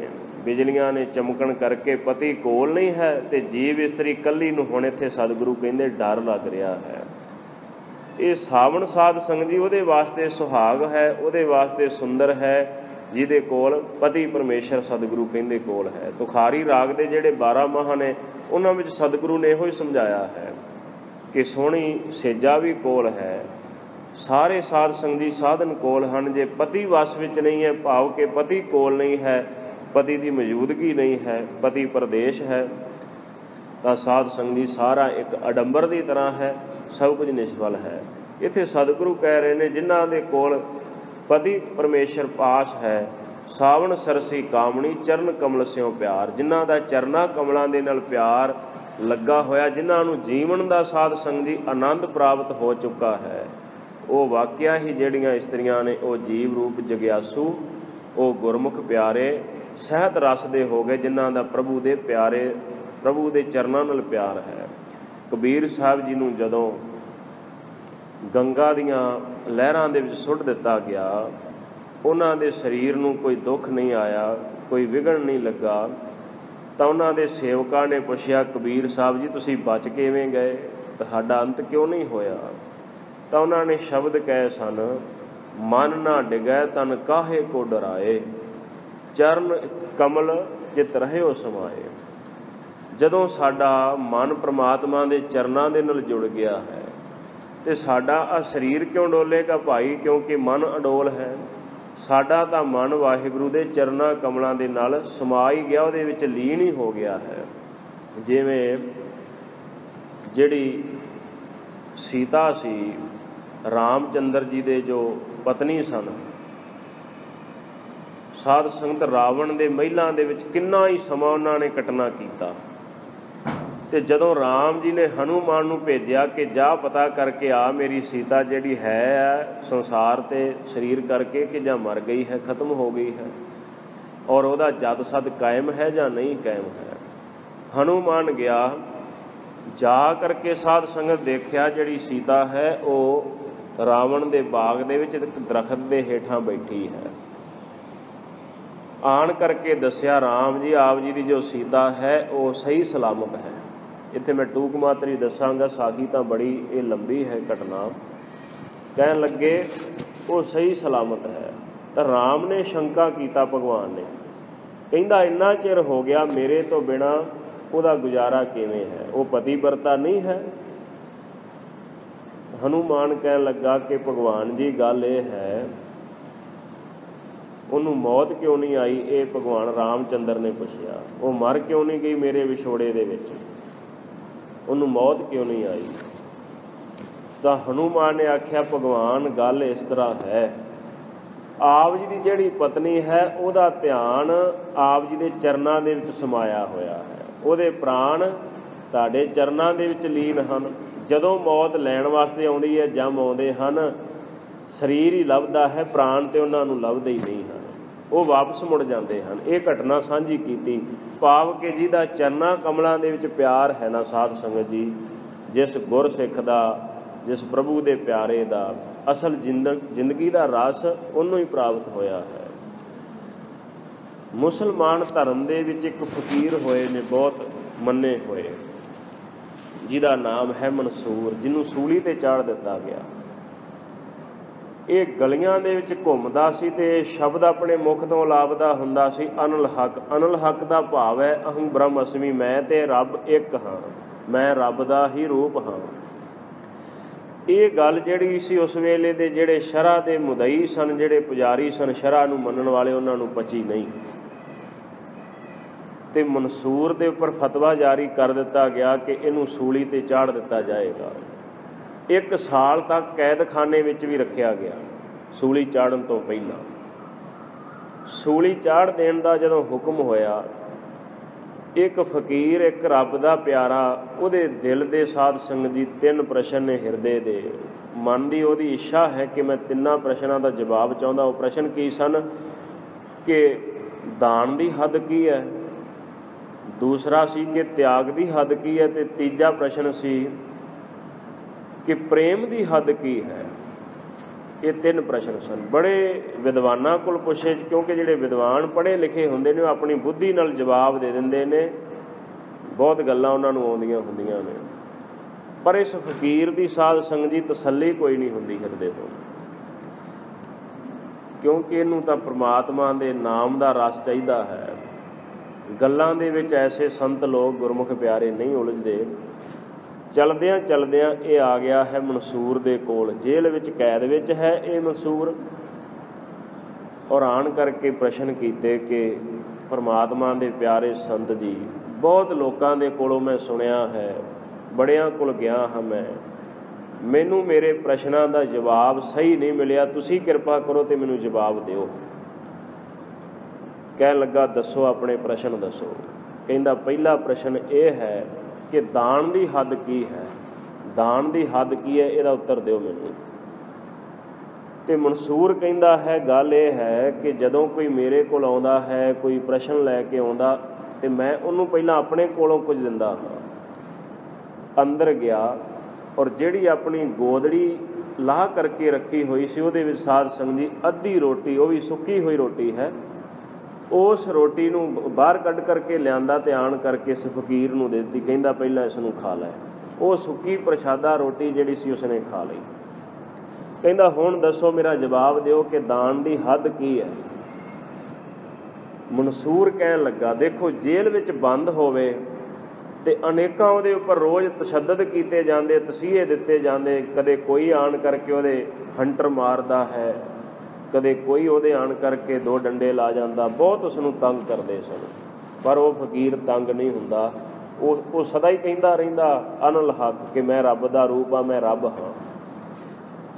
ਸਾਧ ਸੰਗਤ ਜਦੋਂ ਉਹ ਪ੍ਰਸ਼ਾਦਾ ਅੱਧਾ ਜਿਹੜਾ ਸੁੱਕਾ ਸੀ ਖਾ ਲਿਆ ਤੇ ਕਹਿਣ ਲੱਗਾ ਤੇਰੇ ਪਹਿਲੇ ਪ੍ਰਸ਼ਨ ਦਾ ਜਿਹੜਾ ਜਵਾਬ ਤੈਨੂੰ ਮਿਲ ਗਿਆ ਹੈ। ਤੂੰ ਕਿਹਾ ਸੀ ਦਾਨ ਦੀ ਹੱਦ ਕੀ ਹੈ। ਦਾਨ ਦੀ ਹੱਦ ਇਹ ਹੈ, ਇਹ ਰੋਟੀ ਮੈਨੂੰ ਕਿਸੇ ਮੇਰੇ ਪ੍ਰੇਮੀ ਨੇ, ਕਿਸੇ ਪਿਆਰੇ ਨੇ ਲਿਆ ਕਰਕੇ ਦਿੱਤੀ ਸੀ ਬਾਹਰੋਂ, ਬੜੀ ਚੋਰੀ ਛਿਪੇ ਲੋਕ ਕਰਕੇ, ਫੌਜ ਤੋਂ, ਸਿਪਾਹੀਆਂ ਤੋਂ, ਕਿਉਂਕਿ ਇੱਥੇ ਮੈਨੂੰ ਪਾਣੀ ਵੀ ਪੀਣ ਵਾਸਤੇ ਨਹੀਂ ਦਿੰਦੇ, ਕੋਈ ਰੋਟੀ ਵੀ ਨਹੀਂ ਦਿੰਦੇ। ਤੇ ਜਦੋਂ ਇਹ ਮੈਂ ਰੋਟੀ ਖਾਣ ਲੱਗਾ ਤੇ ਮੇਰੇ ਮਨ ਵਿੱਚ ਖਿਆਲ ਆਇਆ ਕਿ ਸਰੀਰ ਜਿਹੜਾ ਹੈ ਇਹਨੇ ਹੋਰ 2 ਦਿਨਾਂ ਤੱਕ ਖਤਮ ਹੋ ਜਾਣਾ, ਕਿਉਂਕਿ ਫਤਵਾ ਜਾਰੀ ਹੋ ਗਿਆ ਹੈ ਕਿ ਮੈਨੂੰ ਹੁਣ ਸੂਲੀ ਤੇ ਚਾੜ੍ਹ ਦੇਣਾ ਹੈ। ਤੇ ਕਿਉਂ ਨਾ ਹੋਵੇ ਆਹ ਪ੍ਰਸ਼ਾਦਾ ਹੋਰ ਕਿਸੇ ਦੇ ਕੰਮ ਆ ਜਾਏ, ਹੈ ਨਾ ਔਖੀ ਖੇਡ। ਇਹ ਪ੍ਰਸ਼ਾਦਾ ਕਿਸੇ ਹੋਰ ਦੇ ਕੰਮ ਆ ਜਾਏ, ਕਿਸੇ ਹੋਰ ਦਾ ਢਿੱਡ ਭਰ ਜਾਏ, ਮੈਂ ਤਾਂ ਖਤਮ ਹੀ ਹੋ ਜਾਣਾ, ਸਰੀਰ ਤੇ ਮੈਂ ਤਿਆਗ ਹੀ ਦੇਣਾ ਹੈ। ਕਹਿੰਦਾ ਦਾਨ ਕਰਨ ਦੀ ਹੱਦ ਇਹ ਹੈ, ਆਪਣੇ ਹੱਥ ਵਿੱਚੋਂ ਵੀ ਜੇ ਕੁਝ ਹੈ, ਕੋਈ ਤੁਹਾਡੇ ਕੋਲ ਸੁੱਖ ਸਹੂਲਤ, ਕੋਈ ਸਾਧਨ, ਉਹ ਵੀ ਸੋਚੋ ਵੀ ਅਸੀਂ ਦਾਨ ਕਰੀਏ, ਕਿਸੇ ਦਾ ਭਲਾ ਹੋ ਜਾਏ। ਤਾਂ ਹੀ ਤਾਂ ਸਤਿਗੁਰੂ ਕਹਿੰਦੇ ਨੇ ਵੰਡ ਛਕੋ। ਜੇ ਤੇਰੇ ਕੋਲ ਕੋਈ ਬਾਹਰੋਂ ਆ ਜਾਂਦਾ ਹੈ ਉਸ ਨੂੰ ਵੀ ਛਕਾ ਦੇ, ਆਪ ਵੀ ਛਕ ਲੈ, ਉਸ ਨੂੰ ਵੀ ਛਕਾ ਦੇ। ਇਹ ਦਾਨ ਦੀ ਹੱਦ ਹੈ। ਪਤਾ ਹੈ ਕਿ ਮੇਰੇ ਵਾਸਤੇ ਖਾਣ ਵਾਸਤੇ ਕੋਈ ਚੀਜ਼ ਨਹੀਂ ਹੈ, ਪਰ ਫਿਰ ਵੀ ਉਸ ਫਕੀਰ ਨੇ ਸਾਧ ਸੰਗਤ ਜੀ ਇੰਨਾ ਉਹਦੀ ਜ਼ਿੰਦਗੀ ਵਿੱਚ ਰਸ ਹੈ, ਇੰਨਾ ਆਨੰਦ ਹੈ ਕਿ ਉਸਨੇ ਉਹ ਵੀ ਤਿਆਗ ਕਰ ਦਿੱਤਾ, ਦਾਨ ਕਰ ਦਿੱਤਾ ਹੈ। ਦੂਸਰਾ ਉਹਦਾ ਪ੍ਰਸ਼ਨ ਹੈ ਕਿ ਤਿਆਗ ਦੀ ਹੱਦ ਕੀ ਹੈ। ਦੂਸਰੇ ਦਿਨ ਕਹਿੰਦਾ ਆਈ, ਤੈਨੂੰ ਮੈਂ ਕੱਲ੍ਹ ਨੂੰ ਜਵਾਬ ਦੇਵਾਂਗਾ। ਹੁਣ ਜਦੋਂ ਉਹ ਫਕੀਰ ਆਇਆ, ਕਹਿੰਦਾ ਨੇਤਰ ਬੰਦ ਕਰ। ਅੱਖਾਂ ਬੰਦ ਕਰ ਲਈਆਂ ਗਈਆਂ। ਕੀ ਦੇਖਦਾ ਹੈ? ਨੇਤਰ ਬੰਦ ਕੀਤੇ ਹੋਏ ਨੇ ਜਿਹੜਾ ਸਾਧ ਸੰਗਤ ਜੀ ਮਨਸੂਰ ਹੈ, ਇਹਦਾ ਸਰੀਰ ਕਿਸੇ ਪਾਸੇ ਪਿਆ ਤੇ ਆਤਮਾ ਵਿੱਚੋਂ ਵੱਖਰੀ ਹੋ ਗਈ ਹੈ। ਆਤਮਾ ਪਾਸੇ ਪਈ ਹੈ ਤੇ ਸਰੀਰ ਇੱਕ ਜਗ੍ਹਾ ਤੇ ਮਰਿਆ ਹੋਇਆ ਇੱਕ ਜਗ੍ਹਾ ਤੇ ਪਿਆ ਹੈ। ਫਕੀਰ ਨੇ ਜਦੋਂ ਨੇਤਰ ਬੰਦ ਕਰਕੇ ਇਹ ਦ੍ਰਿਸ਼ ਦੇਖਿਆ ਤੇ ਇੱਕਦਮ ਕੰਬ ਗਿਆ, ਡਰ ਗਿਆ। ਮਨਸੂਰ ਕਹਿੰਦਾ, ਮਹਾਤਮਾ ਜੀ ਕਿਉਂ ਡਰੇ ਹੋ? ਕਹਿੰਦਾ, ਤੁਹਾਡਾ ਤੇ ਸਰੀਰ ਇੱਕ ਪਾਸੇ, ਰੂਹ ਇੱਕ ਪਾਸੇ ਤੁਰੀ ਫਿਰਦੀ ਹੈ। ਕਹਿੰਦਾ, ਤਿਆਗ ਦੀ ਹੱਦ ਹੀ ਹੋਈ ਆ। ਜਿਹੜਾ ਰੱਬ ਦਾ ਫਕੀਰ ਹੁੰਦਾ ਹੈ ਨਾ, ਉਹ ਆਪਣੇ ਸਰੀਰ ਨੂੰ ਵੀ ਛੱਡ ਦਿੰਦਾ ਹੈ। ਅਸੀਂ ਸਭ ਕੁਝ ਛੱਡ ਸਕਦੇ ਹਾਂ ਪਰ ਸਰੀਰ ਨਹੀਂ ਛੱਡ ਸਕਦੇ। ਸਰੀਰ ਸਭ ਤੋਂ ਸਾਡਾ ਨੇੜੇ ਹੈ ਤੇ ਪਿਆਰਾ ਹੈ, ਪਰ ਸਰੀਰ ਤੋਂ ਵੀ ਨੇੜੇ ਸਾਡੀ ਨਿਜ ਸਰੂਪ ਆਤਮਾ ਹੈ, ਜਿਹੜਾ ਆਪਣਾ ਆਪ ਹੈ। ਸਰੀਰ ਅਸੀਂ ਨਹੀਂ ਛੱਡਦੇ ਕਿਉਂਕਿ ਸਾਰੀ ਉਮਰ ਅਸੀਂ ਸਰੀਰ ਦੇ ਨਾਲ ਹੋ ਕਰਕੇ ਜਿਉਂਦੇ ਹਾਂ, ਸਰੀਰ ਦੇ ਦੁੱਖ ਸੁੱਖ ਆਪਣੇ ਮੰਨ ਲੈਂਦੇ ਹਾਂ। ਕਹਿੰਦਾ, ਤਿਆਗ ਦੀ ਹੱਦ ਇਹ ਹੈ ਕਿ ਸਰੀਰ ਨੂੰ ਵੀ ਛੱਡ ਕਰਕੇ ਫਕੀਰ ਇਹ ਤੋਂ ਵੀ ਨਿਰਲੇਪ ਹੋ ਜਾਵੇ। ਕਹਿੰਦਾ, ਹੁਣ ਤੀਜਾ ਮੇਰਾ ਜਵਾਬ ਦਿਓ। ਤੀਸਰਾ ਜਿਹੜਾ ਸਾਧ ਸੰਗਤ ਜੀ ਉੱਤਰ ਬੜਾ ਹੀ ਮੁਸ਼ਕਲ ਹੈ। ਕਹਿੰਦਾ, ਪ੍ਰੇਮ ਦੀ ਹੱਦ ਦੱਸੋ। ਹੁਣ ਪ੍ਰੇਮ ਦੀ ਹੱਦ ਕੌਣ ਦੱਸ ਸਕੇ? ਪ੍ਰੇਮ ਦਾ ਕੋਈ ਆਦਿ ਅੰਤ ਹੀ ਨਹੀਂ ਹੈ। ਕਹਿੰਦਾ, ਇਹਦਾ ਜਵਾਬ ਤੈਨੂੰ ਮੈਂ ਹੁਣ ਸੂਲੀ 'ਤੇ ਚੜ੍ਹਨ ਵੇਲੇ ਹੀ ਦੇਵਾਂਗਾ, ਕਿਉਂਕਿ ਕੱਲ੍ਹ ਨੂੰ ਹੁਣ ਮੇਰੀ ਸਜ਼ਾ ਮੈਨੂੰ ਦੇਣੀ ਹੈ, ਸੂਲੀ 'ਤੇ ਚਾੜ੍ਹਿਆ ਜਾਣਾ ਹੈ। ਹੁਣ ਅਗਲੇ ਦਿਨ ਸਾਧ ਸੰਗਤ ਸੂਲੀ 'ਤੇ ਚਾੜ੍ਹਨ ਵਾਸਤੇ ਬਾਹਰ ਲੈ ਗਏ। ਲੋਕਾਂ ਨੇ ਪੱਥਰ ਮਾਰੇ, ਕਈ ਕੁਝ ਹੋਇਆ। ਕਹਿੰਦੇ ਨੇ ਗੁੱਟ ਵੀ ਵੱਢ ਸੁੱਟੇ, ਪੈਰ ਵੀ ਵੱਢ ਸੁੱਟੇ। ਐਸਾ ਫਕੀਰ ਸੀ, ਇੱਦਾਂ ਦਾ ਮਨਸੂਰ ਫਕੀਰ ਹੈ, ਨਾਮ ਦਾ ਰਸੀਆ। ਜਦੋਂ ਗੁੱਟ ਵੱਢ ਦਿੱਤੇ ਸਨ ਮਨਸੂਰ ਦੇ, ਤੇ ਜਿਹੜਾ ਖੂਨ ਨਿਕਲ ਰਿਹਾ ਸੀ ਨਾ, ਉਹ ਆਪਣੇ ਚਿਹਰੇ 'ਤੇ ਮਲ ਲਿਆ ਸੀ ਇਸਨੇ। ਪੁੱਛਣ ਵਾਲਿਆਂ ਨੇ ਪੁੱਛਿਆ, ਇਹ ਕਿਉਂ ਮਲ ਰਿਹਾ ਹੈ? ਕਹਿੰਦਾ, ਸਰੀਰ ਵਿੱਚੋਂ ਖੂਨ ਨਿਕਲ ਜਾਏਗਾ, ਖੂਨ ਦੇ ਨਿਕਲਣ ਕਰਕੇ ਚਿਹਰਾ ਹੋ ਸਕਦਾ ਹੈ ਕਿ ਤੇ ਪੀਲਾਪਣ ਛਾ ਜਾਏ, ਕਿਉਂਕਿ ਖੂਨ ਨਹੀਂ ਹੋਏਗਾ। ਤੇ ਲੋਕ ਇਹ ਨਾ ਕਹਿਣ ਲੱਗ ਜਾਣ ਕਿ ਇਹ ਮਨਸੂਰ ਡਰ ਕਰਕੇ ਇਹਦਾ ਜਿਹੜਾ ਚਿਹਰਾ ਪੀਲਾ ਪੈ ਗਿਆ ਹੈ। ਮੈਂ ਚਾਹੁੰਦਾ ਕਿ ਚਿਹਰੇ ਦਾ ਰੰਗ ਵੀ ਲਾਲ ਹੀ ਰਹੇ, ਕਿਉਂਕਿ ਲਾਲ ਰੰਗ ਤਿਸ ਕੋ ਲਾਗਾ ਜਿਸ ਕੇ ਵਡ ਭਾਗਾ। ਮੈਨੂੰ ਅੰਦਰ ਆਨੰਦ ਹੈ। ਲੋਕ ਇਹ ਨਾ ਕਹਿ ਦੇਣ ਕਿ ਇਹ ਤਾਂ ਡਰ ਗਿਆ ਸੀ ਸ਼ਹਾਦਤ ਵੇਲੇ। ਸਾਧ ਸੰਗਤ ਚਿਹਰੇ 'ਤੇ ਕਹਿੰਦੇ ਆਪਣੇ ਉਸਨੇ ਖੂਨ ਨੂੰ ਮੱਲਿਆ। ਦੂਜੇ ਸ਼ਬਦਾਂ ਵਿੱਚ ਕਿਆ ਕਹਿਣ ਲੱਗਾ, ਮੁਸਲਮਾਨ ਜਿਹੜੇ ਨੇ ਉਹ ਉਜੂ ਸਾਜ ਕਰਦੇ ਨੇ। ਉਜੂ ਸਾਜ ਦਾ ਅਰਥ ਸਮਝਦੇ ਹੋ ਨਾ? ਮੁਸਲਮਾਨ ਆਪਣੇ ਮੂੰਹ ਨੂੰ ਧੋਂਦੇ ਨੇ ਨਮਾਜ਼ ਪੜ੍ਹਨ ਤੋਂ ਪਹਿਲਾਂ। ਕਹਿਣ ਲੱਗਾ, ਮੈਂ ਉਜੂ ਸਾਜ ਕਰ ਲਿਆ ਹੈ, ਮੈਂ ਰੱਬ ਦੀ ਸੱਚੀ ਨਮਾਜ਼ ਪੜ੍ਹਨੀ ਹੈ। ਹੁਣ ਕਹਿਣ ਲੱਗੇ, ਇਹ ਨਮਾਜ਼ ਕਿਹਨੂੰ ਪੜ੍ਹ ਕੇ ਸੁਣਾਏਗਾ? ਤੂੰ ਤਾਂ ਕਹਿੰਦਾ ਮੈਂ ਰੱਬ ਹਾਂ, ਤੇ ਰੱਬ ਜਿਹੜਾ ਹੈ ਉਹ ਨਮਾਜ਼ ਪੜ੍ਹਦਾ ਚੰਗਾ ਲੱਗਦਾ? ਕਹਿਣ ਲੱਗਾ, ਦੁਨੀਆ ਜਿਹੜੀ ਹੈ ਨਾ ਉਹ ਉਸਤਤ ਕਰਦੀ ਹੈ ਹੋਰਾਂ ਦੀ, ਨਿੰਦਿਆ ਵੀ ਕਰਦੀ ਹੈ ਤੇ ਉਸਤਤ ਵੀ ਕਰਦੀ ਹੈ। ਤੇ ਜਦੋਂ ਕੋਈ ਉਸਤਤ, ਮੰਨ ਲਓ ਕੋਈ ਮੇਰੀ ਉਸਤਤ ਕਰ ਲਿਆ ਤੇ ਮੈਨੂੰ ਬੜੀ ਚੰਗੀ ਲੱਗਦੀ ਹੈ। ਕਹਿੰਦਾ, ਉਦੋਂ ਆਨੰਦ ਮੈਨੂੰ ਓਨਾ ਨਹੀਂ ਆਉਂਦਾ ਜਿੰਨਾ ਮੈਨੂੰ ਆਪਣੀ ਉਸਤਤ ਆਪੇ ਆਪਣੇ ਮੂੰਹ ਤੋਂ ਕਰਨ ਤੋਂ ਆਉਂਦਾ ਹੈ। ਮੈਂ ਤਾਂ ਨਮਾਜ਼ ਪੜ੍ਹਦਾ ਹਾਂ। ਤਾਂ ਸਾਧ ਸੰਗਤ ਜਦੋਂ ਸੂਲੀ ਚਾੜ੍ਹ ਦਿੱਤਾ ਗਿਆ, ਬੰਦ ਕੱਟੇ ਗਏ, ਤੇ ਇੱਕ ਬੰਦ ਨੇੜੇ ਆ ਗਿਆ ਬੁੜਕ ਕਰਕੇ ਉਸ ਫਕੀਰ ਦੇ, ਜਿਹਨੇ ਕਿਹਾ ਸੀ ਮੈਨੂੰ ਇਹ ਜਵਾਬ ਦੇ ਕਿ ਪ੍ਰੇਮ ਦਾ ਆਨੰਦ ਕੀ ਹੈ। ਸਾਧ ਸੰਗਤ ਉਸ ਦੇ ਵਿੱਚੋਂ ਵੀ ਆਵਾਜ਼ ਆ ਰਹੀ ਹੈ, ਅਨਲ ਹੱਕ। ਤੇ ਆਵਾਜ਼ ਇਹ ਆਈ, ਕਹਿਣ ਲੱਗੀ ਕਿ ਪ੍ਰੇਮ ਦੀ ਕੋਈ ਹੱਦ ਨਹੀਂ ਹੈ। ਪ੍ਰੇਮ ਜਿਹੜਾ ਹੈ ਉਹ ਹੱਦ ਤੋਂ ਬਿਨਾਂ ਹੀ ਹੈ। ਜਿਵੇਂ ਜਿਹੜਾ ਪੰਛੀ ਹੈ ਉਹ ਆਕਾਸ਼ ਦੇ ਵਿੱਚ ਜਿੰਨਾ ਮਰਜ਼ੀ ਘੁੰਮ ਲਵੇ, ਅੰਤ ਕੋਈ ਨਹੀਂ ਪਾ ਸਕਦਾ। ਮਛਲੀ ਜਿੰਨੀ ਮਰਜ਼ੀ ਪਾਣੀ ਵਿੱਚ ਤੈਰਦੀ ਰਹੇ, ਉਹਦਾ ਅੰਤ ਕੋਈ ਨਹੀਂ ਹੈ। ਪ੍ਰੇਮ ਦਾ ਕੋਈ ਅੰਤ ਨਹੀਂ ਹੈ। ਪ੍ਰੇਮ ਦੇ ਵਿੱਚ ਸਮਾ ਜਾਈਦਾ ਹੈ। ਇਹ ਤਿੰਨ ਜਿਹੜੇ ਉਹਨੇ ਜਵਾਬ ਦਿੱਤੇ ਸਨ, ਕਿਉਂਕਿ ਉਸ ਫਕੀਰ ਦੇ ਅੰਦਰ ਆਨੰਦ ਸੀ, ਰਸ ਸੀ। ਤਾਂ ਸਤਿਗੁਰੂ ਆਪਣੀ ਬਾਣੀ ਦੇ ਵਿੱਚ ਮਹਾਰਾਜ ਜ਼ਿਕਰ ਕਰਦੇ ਨੇ। ਸਤਿਗੁਰੂ ਕਹਿੰਦੇ ਨੇ, ਤੂੰ ਵੀ ਪ੍ਰਮਾਤਮਾ ਦੇ ਨਾਲ ਐਸਾ ਹੀ ਪ੍ਰੇਮ ਪੈਦਾ ਕਰ। ਰੇ ਮਨ ਐਸੀ ਹਰਿ ਸਿਉ ਪ੍ਰੀਤ ਕਰ, ਜੈਸੀ ਜਲ ਕਮਲੇਹ। ਇੱਦਾਂ ਦਾ ਬਣਾ ਪਿਆਰ ਕਰ ਪ੍ਰਮਾਤਮਾ ਦੇ ਨਾਲ, ਜਿੱਦਾਂ ਦੀ ਪਾਣੀ ਦੇ ਨਾਲ ਕੌਲ ਫੁੱਲਦੀ, ਕਮਲ ਫੁੱਲਦੀ ਹੈ। ਲਹਿਰੀ ਨਾਲ ਪਛਾੜੀਐ ਭੀ ਵਿਕਸੈ ਸਨੇਹ। ਜਦੋਂ ਲਹਿਰਾਂ ਤੇਜ਼ ਹੁੰਦੀਆਂ, ਹਵਾ ਆਉਂਦੀ ਹੈ ਤੇ ਲਹਿਰਾਂ ਦੇ ਵੱਜਣ ਕਰਕੇ, ਛੱਲਾਂ ਵੱਜਣ ਕਰਕੇ ਫੁੱਲ ਜਿਹੜਾ ਹੈ ਨਾ, ਉਹਦੀ ਹਾਲਤ ਬੜੀ ਤਰਸਯੋਗ ਹੋ ਜਾਂਦੀ ਹੈ। ਉਹਦਾ ਸਾਧ ਸੰਗਤ ਜੀ ਵੱਜੀਆਂ ਹੋਈਆਂ ਲਹਿਰਾਂ ਦਾ ਕੋਈ ਦੁੱਖ ਮਹਿਸੂਸ ਨਹੀਂ ਕਰਦਾ, ਹੋਰ ਖਿੜ ਜਾਂਦਾ ਹੈ। ਕਿਸੇ ਨੇ ਪੁੱਛਿਆ ਤੈਨੂੰ ਤਾਂ ਉਸਨੇ ਦੁੱਖ ਦਿੱਤਾ ਹੈ ਤੇ ਤੂੰ ਇਸ ਨੂੰ ਛੱਡ ਦੇ, ਇਹਦੇ ਤੋਂ ਪਰੇ ਹੋ ਜਾ। ਕਹਿੰਦਾ ਨਹੀਂ ਛੱਡ ਸਕਦਾ, ਇਹ ਪਾਣੀ ਕਰਕੇ ਹੀ ਮੇਰਾ ਮੌਜੂਦ ਹੈ, ਇਹਦੇ ਕਰਕੇ ਹੀ ਮੇਰਾ ਇਹ ਰੂਪ ਹੈ, ਮੈਂ ਇਹਨੂੰ ਨਹੀਂ ਛੱਡਾਂਗਾ। ਤਾਂ ਸਤਿਗੁਰੂ ਹੋਰ ਸਮਝਾਉਂਦੇ ਨੇ, ਰੇ ਮਨ ਐਸੀ ਹਰਸਿਓ ਪ੍ਰੀਤ ਕਰ, ਜੈਸੀ ਜਲ ਦੁੱਧ ਹੋਏ, ਆ ਵਟਣ ਆਪੇ ਖਵੈ ਦੁੱਧ ਕੋ ਖਪਣ ਨਾ ਦੇ। ਜਿੱਦਾਂ ਦੀ ਪ੍ਰੀਤੀ ਪਾਣੀ ਦੀ ਦੁੱਧ ਨਾਲ ਹੈ, ਇੱਦਾਂ ਦਾ ਪਿਆਰ ਕਰ। ਕਿਉਂਕਿ ਜਦੋਂ ਦੁੱਧ ਦੇ ਵਿੱਚ ਪਾਣੀ ਪੈ ਜਾਂਦਾ ਹੈ ਤੇ ਦੁੱਧ ਉਹਦੇ 'ਤੇ ਕੀ ਕਿਰਪਾ ਕਰਦਾ ਕਿ ਪਾਣੀ ਜਿਹੜਾ ਘੱਟ ਕੀਮਤ ਦਾ ਹੈ ਉਹਨੂੰ ਆਪਣੇ ਮੁੱਲ ਦਾ ਹੀ ਬਣਾ ਲੈਂਦਾ ਹੈ। ਤੇ ਜਦੋਂ ਉਸੇ ਦੁੱਧ ਨੂੰ ਫਿਰ ਕਿਤੇ ਚੁੱਲ੍ਹੇ 'ਤੇ ਚਾੜ੍ਹਿਆ ਜਾਂਦਾ ਹੈ, ਅੱਗ ਦੇ ਸੇਕ 'ਤੇ ਰੱਖਿਆ ਜਾਂਦਾ, ਪਾਣੀ ਜਿਹੜਾ ਹੈ ਉਹ ਭਾਫ਼ ਬਣ ਕਰਕੇ ਉੱਡਣ ਲੱਗ ਪੈਂਦਾ ਹੈ। ਕਿਉਂਕਿ ਆ ਵਟਣ ਆਪੇ ਖਵੈ ਦੁੱਧ ਕੋ ਖਪਣ ਨਾ ਦੇ। ਉਹ ਉੱਥੇ ਕਹਿੰਦਾ ਹੈ ਕਿ ਦੁੱਧ ਨੇ ਮੇਰੇ 'ਤੇ ਉੱਪਰ ਪਰਉਪਕਾਰ ਕੀਤਾ, ਮੈਂ ਹੁਣ ਦੁੱਧ ਨੂੰ ਸੜਨ ਨਹੀਂ ਦੇਵਾਂਗਾ। ਤੇ ਦੁੱਧ ਦੀ ਕੈਸੀ ਪ੍ਰੀਤੀ ਹੈ, ਜਦੋਂ ਪਾਣੀ ਨੂੰ ਸੇਕ ਲੱਗਦਾ, ਪਾਣੀ ਸੜਨਾ ਸ਼ੁਰੂ ਹੁੰਦਾ ਤੇ ਦੁੱਧ ਉਬਾਲਾ ਖਾ ਕੇ ਅੱਗ ਬੁਝਾਉਣ ਦਾ ਯਤਨ ਕਰਦਾ ਹੈ। ਐਸਾ ਪ੍ਰੇਮ ਹੈ ਇਹਨਾਂ ਦਾ। ਤਾਂ ਮਹਾਰਾਜ ਕਹਿੰਦੇ ਇੱਦਾਂ ਦਾ ਪ੍ਰੇਮ ਕਰ। ਜਦੋਂ ਪ੍ਰੇਮ ਵਾਹਿਗੁਰੂ ਦੇ ਚਰਨਾਂ ਨਾਲ ਤੂੰ ਕਰੇਗਾ ਤਾਂ ਤੇਰੇ ਹਿਰਦੇ ਦੇ ਵਿੱਚ ਵੀ ਫਿਰ ਰਸ ਆ ਜਾਏਗਾ, ਅੰਦਰ ਤੇਰੇ ਵੀ ਆਨੰਦ ਪੈਦਾ ਹੋਏਗਾ, ਰਸ ਵੀ ਆਏਗਾ। ਫਿਰ ਸਾਧ ਸੰਗਤ ਜੀ ਬਾਣੀ ਜਿਹੜੀ ਹੈ, ਪਰਮਾਤਮਾ ਦਾ ਨਾਮ ਸਾਨੂੰ ਮਿੱਠਾ ਲੱਗਣ ਲੱਗ ਪੈਂਦਾ ਹੈ। ਜਦੋਂ ਅਸੀਂ ਇਸ ਸੰਸਾਰ ਦੇ ਰਸ ਕਸ ਛੱਡ ਦਿੰਦੇ ਹਾਂ, ਤਿਆਗ ਦਿੰਦੇ ਹਾਂ। ਤਾਂ ਸਤਿਗੁਰੂ ਕਹਿੰਦੇ ਨੇ ਸਾਉਣ ਦੇ ਮਹੀਨੇ ਦੇ ਵਿੱਚ ਜਿਵੇਂ ਆ ਬਾਹਰੀ ਜਿਹੜੀ ਪ੍ਰਕਿਰਤੀ ਹੈ ਇਹਦੇ ਵਿੱਚ ਰਸ ਭਰ ਜਾਂਦਾ ਹੈ, ਤਾਂ ਸਾਉਣ ਦੇ ਮਹੀਨੇ ਦੇ ਵਿੱਚ ਜੀਵਨ ਰੂਪੀ ਸਾਵਣ ਦੀ ਇਸ ਅਵਸਥਾ ਦੇ ਵਿੱਚ ਉਹਨਾਂ ਜੀਵ ਰੂਪ ਇਸਤਰੀਆਂ ਦੇ ਹਿਰਦਿਆਂ ਦੇ ਵਿੱਚ ਵੀ ਆਨੰਦ ਆ ਜਾਂਦਾ ਹੈ, ਰਸ ਆ ਜਾਂਦਾ ਹੈ, ਜਿਹੜੀਆਂ ਆਪਣੇ ਪਤੀ ਨੂੰ ਔਰ ਉਹਨਾਂ ਦੇ ਚਰਨਾਂ ਕਮਲਾਂ ਨੂੰ ਹਿਰਦੇ ਦੇ ਵਿੱਚ ਧਾਰਨ ਕਰ ਲੈਂਦੀਆਂ ਹਨ। ਸਾਧ ਸੰਗਤ ਜੀ, ਪ੍ਰਮਾਤਮਾ ਦੇ ਦੋ ਸਰੂਪ ਹਨ, ਨਿਰਗੁਣ ਤੇ ਸਰਗੁਣ। ਨਿਰਗੁਣ ਸਰੂਪ ਦੇ ਵਿੱਚ ਤਾਂ ਪ੍ਰਮਾਤਮਾ ਦਾ ਸਾਧ ਸੰਗਤ ਜੀ ਕੋਈ ਨਾ ਗੁਣ ਹੈ, ਨਾ ਰੂਪ ਹੈ, ਨਾ ਕੋਈ ਉਹਦਾ ਅੰਗ ਹੀ ਹੈ। ਜਿਵੇਂ ਸਤਿਗੁਰੂ ਨੇ ਕਿਹਾ ਹੈ, ਚੱਕਰ ਚਿਹਨ ਅਰ ਬਰਨ ਜਾਤ ਅਰ ਪਾਤ ਨਹਿਣ, ਜੇ ਰੂਪ ਰੰਗ ਅਰ ਵੇਖ ਭੇਖ ਕੋ ਕਹਿ ਨਾ ਸਕਤ ਕਿਹ। ਉਹਦਾ ਰੂਪ ਰੰਗ ਕੋਈ ਬਿਆਨ ਕਰ ਨਹੀਂ ਸਕਦਾ, ਇਹ ਹੈ ਨਿਰਗੁਣ ਸਰੂਪ। ਤੇ ਜਦੋਂ ਉਹ ਨਿਰਗੁਣ ਤੋਂ ਸਰਗੁਣ ਸਰੂਪ ਹੋ ਜਾਂਦੇ ਨੇ ਮਹਾਰਾਜ, ਆਪ ਨਾਰਾਇਣ ਕਲਾ ਧਾਰ ਜਗ ਮਹਿ ਪਰਵਰਿਓ, ਜੋਤ ਰੂਪ ਹਰ ਆਪ ਗੁਰੂ ਨਾਨਕ ਕਹਾਇਓ। ਭਾਵ ਕਿ ਨਿਰਗੁਣ ਸਰੂਪ ਦੇ ਵਿੱਚ ਪਰਮਾਤਮਾ ਦੇ ਕੋਈ ਚਰਨ ਨਹੀਂ ਹਨ। ਉਹਦੇ ਚਰਨ ਸ਼ਬਦ ਜਿਹੜਾ ਹੈ ਸਾਧ ਸੰਗਤ ਜੀ, ਇਹ ਪੈਰ ਸ਼ਬਦ ਦਾ ਸਾਧ ਸੰਗਤ ਜੀ ਸਤਿਕਾਰਕ ਸ਼ਬਦ ਹੈ, ਚਰਨ।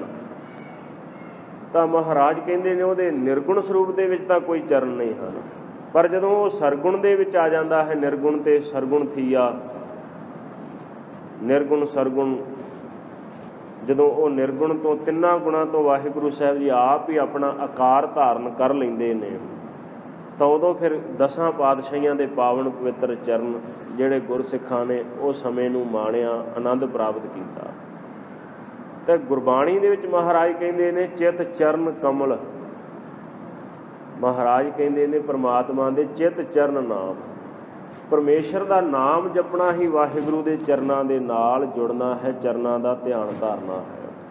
ਵਾਹਿਗੁਰੂ ਦਾ ਨਾਮ ਜਪੋ, ਤੁਸੀਂ ਸਮਝ ਲਓ ਕਿ ਵਾਹਿਗੁਰੂ ਦੇ ਚਰਨਾਂ ਨਾਲ ਜੁੜ ਰਹੇ ਹੋ।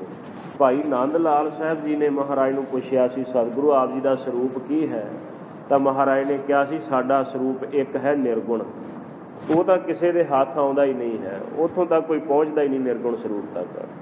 ਸਰਗੁਣ ਸਰੂਪ ਦੇ ਵਿੱਚ ਅਸੀਂ ਪ੍ਰਗਟ ਹੋਏ ਹਾਂ 10 ਪਾਤਸ਼ਾਹੀਆਂ, ਤੇ ਤੀਜਾ ਜਿਹੜਾ ਸਾਡਾ ਸਰੂਪ ਹੈ ਉਹ ਹੁਣ ਅੱਗੇ ਪ੍ਰਗਟ ਹੋਵੇਗਾ, ਸ਼ਬਦ ਰੂਪ ਸਾਡਾ ਤੀਜਾ ਰੂਪ ਹੋਵੇਗਾ। ਜੇ ਸਾਡੇ ਨਾਲ ਕਿਸੇ ਨੇ ਗੱਲਾਂ ਕਰਨੀਆਂ ਨੇ, ਕਿਸੇ ਨੇ ਸਾਡੇ ਦਰਸ਼ਨ ਕਰਨੇ ਨੇ, ਤੇ ਉਹ ਸ਼ਬਦ ਗੁਰੂ ਕੀ ਬਾਣੀ ਪੜ੍ਹੇ, ਇਹੋ ਹੀ ਸਾਡਾ ਤੀਸਰਾ ਸਰੂਪ ਹੈ।